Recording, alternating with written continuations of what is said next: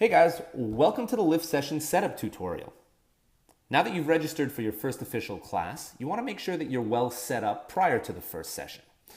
The first thing that you're going to want to do is open up Google Chrome. Once you've got Google Chrome open, you're going to go to liftsession.com and click on the login button in the top right hand corner of your screen. You'll be able to enter your login credentials and then you'll be logged into your account. From there, the first thing that you want to do is make sure to run a quick test connection. To do that, you're going to go to the left-hand side of your screen, scroll down, and click on the test connection button. Once you've clicked on the test connection button, you're going to press the start test button. This test is going to take you through 4 steps. The first step is to make sure that you've got the proper web browser open.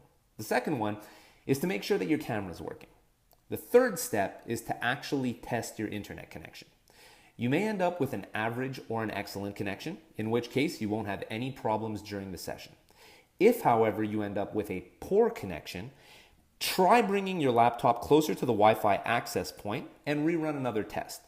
If this still doesn't work, you can always contact us at info@liftsession.com and we'll help you out. The last step is the positioning. You want to make sure that you can see yourself from head to toe in the screen. This will ensure that both you can see yourself during the session and the coach can see you for proper feedback throughout the entire session. Once you've completed your test connection, you can go back to your dashboard and press the Start Session button on the left-hand side of your screen. If you have a pop-up blocker, you're going to see an icon pop up in the top right-hand side of your screen. Click that icon, click on the Always Allow Pop-ups button, and click Done. Once you've done this, you can press the Start Session again, and you'll be brought into the session waiting room. Once in the waiting room, you'll be asked to allow use of your camera and your microphone.